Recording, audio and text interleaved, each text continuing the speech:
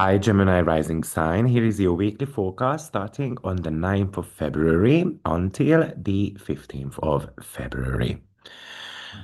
Hopefully, you have listened to the general forecasts where I give you a lot of indications about these archetypes that are happening in the upcoming week. Here, I'm going to be giving you a bit of an idea about how this might be affecting you. Of course, I'm not going to be going into so much details like I did with the general weekly forecasts, so surely it's worth listening to.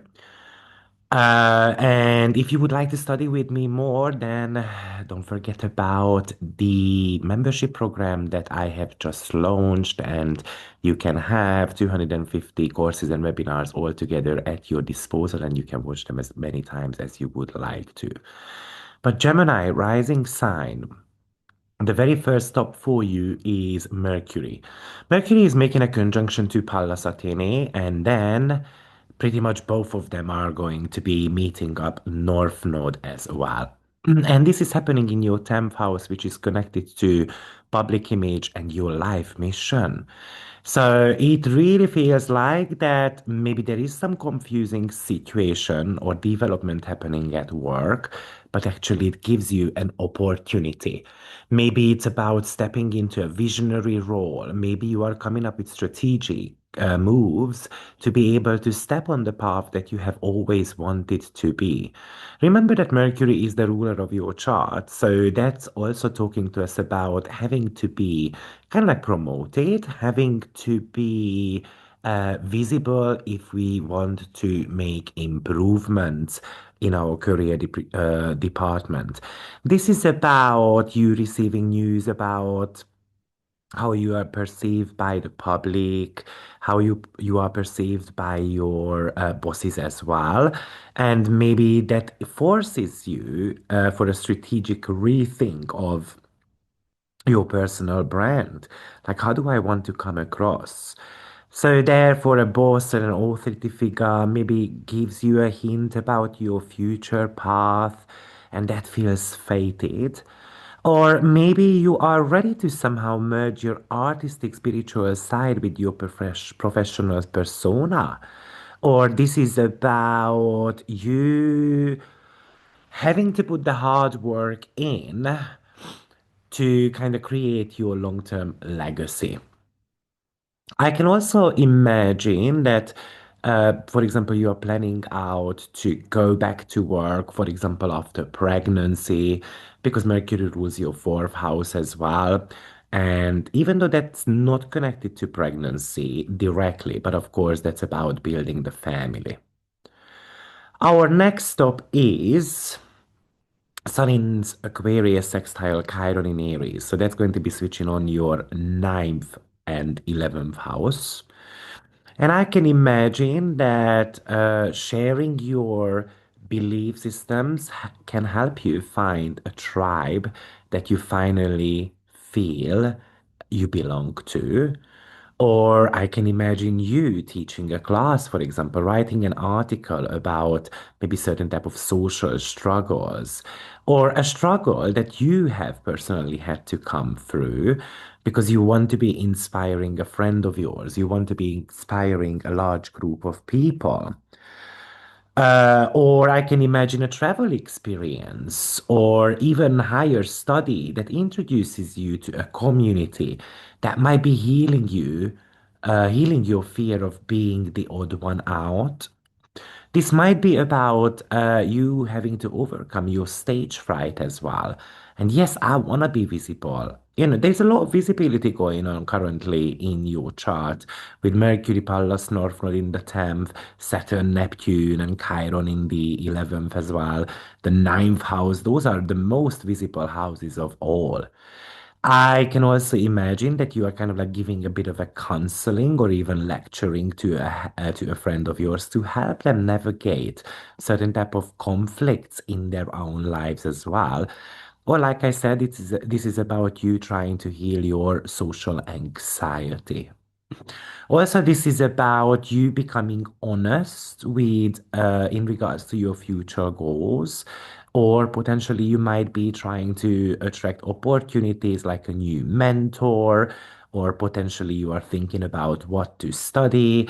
And this would be about becoming courageous that, yes, I can be good in that particular field.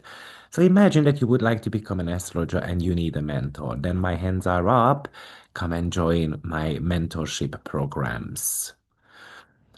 Even it could talk to you about that you want to be talking about the truth with a friend of yours, or letting people know about your personal truth, your personal journey.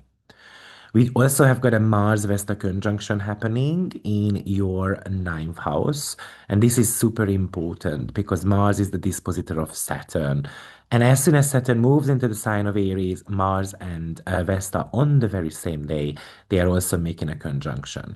So Mars and Vesta together is not just a week transit for you. This is going to be lasting for 2.5 years. And it looks like that you are committing to a long-term course, a study, and that could be leading you eventually to a social group, or you creating your social group. You are kind of like trying to sell your vision to a group of people. Or it's kind of like you are rewriting the rules or the bylaws for a community or an organization, or you are ready to actually go through a long distance move. Maybe it's a travel project. Maybe it's about you visiting a friend of yours in a foreign country, and then potentially you might even like it. I can also imagine that you are ready to dedicate yourself for the next 2.5 years doing certain type of research. Maybe it's in your own field. Maybe this is something that you would like to study, or you are posting something that might go viral as well.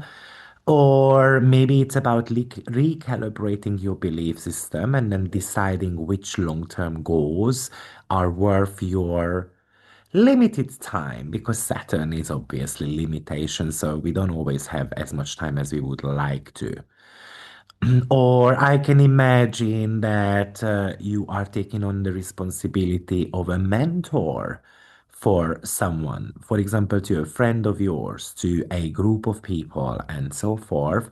Or you have got a message to share. You become the beacon of hope to others, or you are hopeful that you can be attracting a brand new, more mature community into your life. This is something that we are going to be talking a lot more about in the upcoming weeks, because of course I have to be preparing a separate video about Saturn and this Mars combination.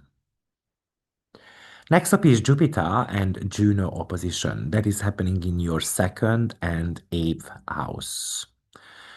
And this is a money tug of war, basically. We want with Jupiter to increase our income, our personal income. But there are certain type of financial commitments, like a mortgage or the partner's debts, and that is creating a heavy burden here.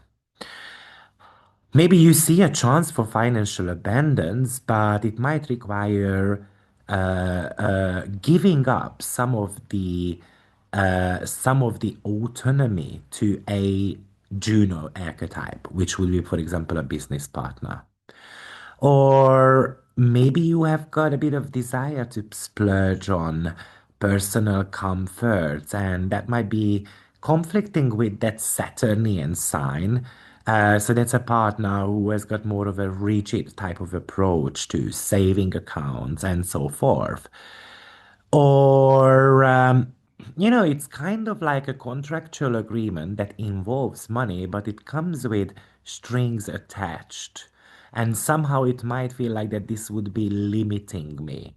So imagine that you would like to get a loan, which you know that it's a huge dedication and it's going to be limiting my opportunities for the next 20 years or so. But at the same time, I need that because I want to grow my personal finances. And Jupiter is actually the ruler of your career department. So maybe this is an investment related loan, mortgage, and so on. Or simply you realize that to grow your net worth, you must restructure your leaky financial contracts. Or you're going to have to be boosting your self worth, or you're going to have to figure out your own talents. Next up is Arachne entering the sign of Capricorn, which might be important because Arachne will be spending almost an entire year in the sign of Capricorn. And that's also your eighth house.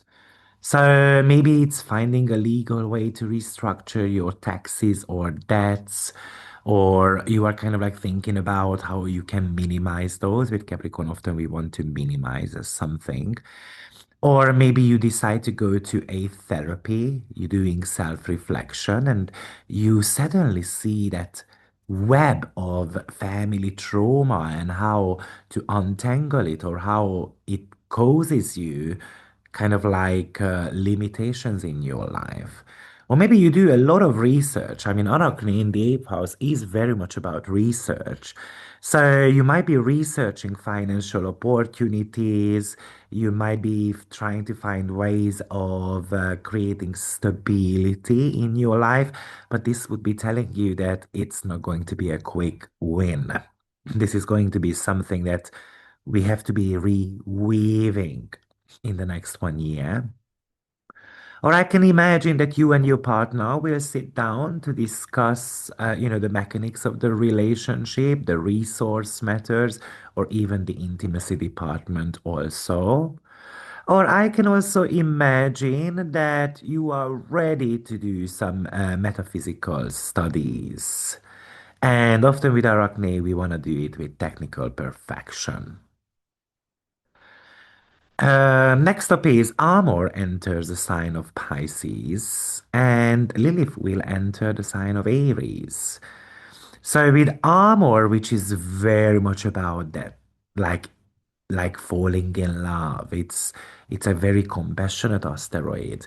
So that's going to be entering your 10th house. And it's kind of like a more compassionate type of style in your career, falling in love with a career opportunity, being recognized for kindness, for example, that you practice at work, or you would like to go for a project that serves the greater good as well, or you feel this call to bring some of your artistic gifts into your professional life, or you are ready to kind of launch it.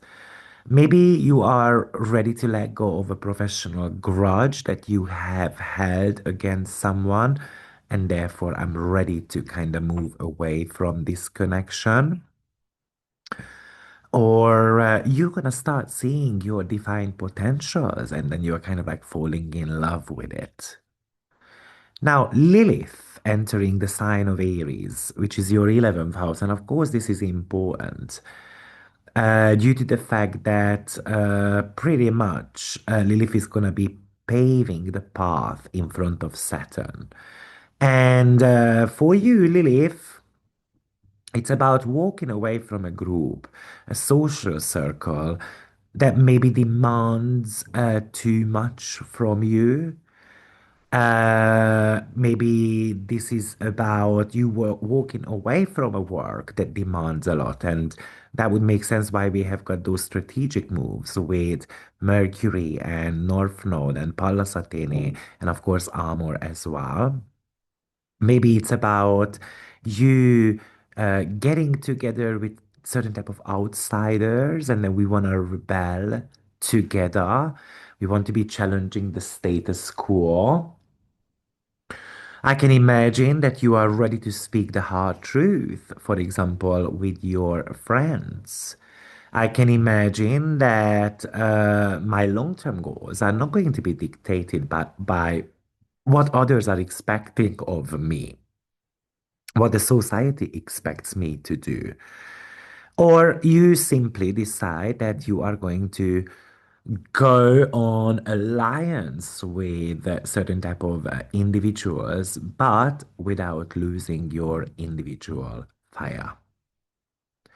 So these are the astrology signatures for the week ahead. So let's do a bit of a summary. It really feels like that there is a trigger happening in your career and in your long-term goals. And it looks like that you are ready to shift into a new path. You are ready to take on responsibility for people somehow. But we can use that Mars Vesta fire in your ninth house to master a philosophy or a skill, and then that's going to legitimize your role within a group as well. So, good luck, Gemini Rising, and I will see you next week. Take care. Bye bye.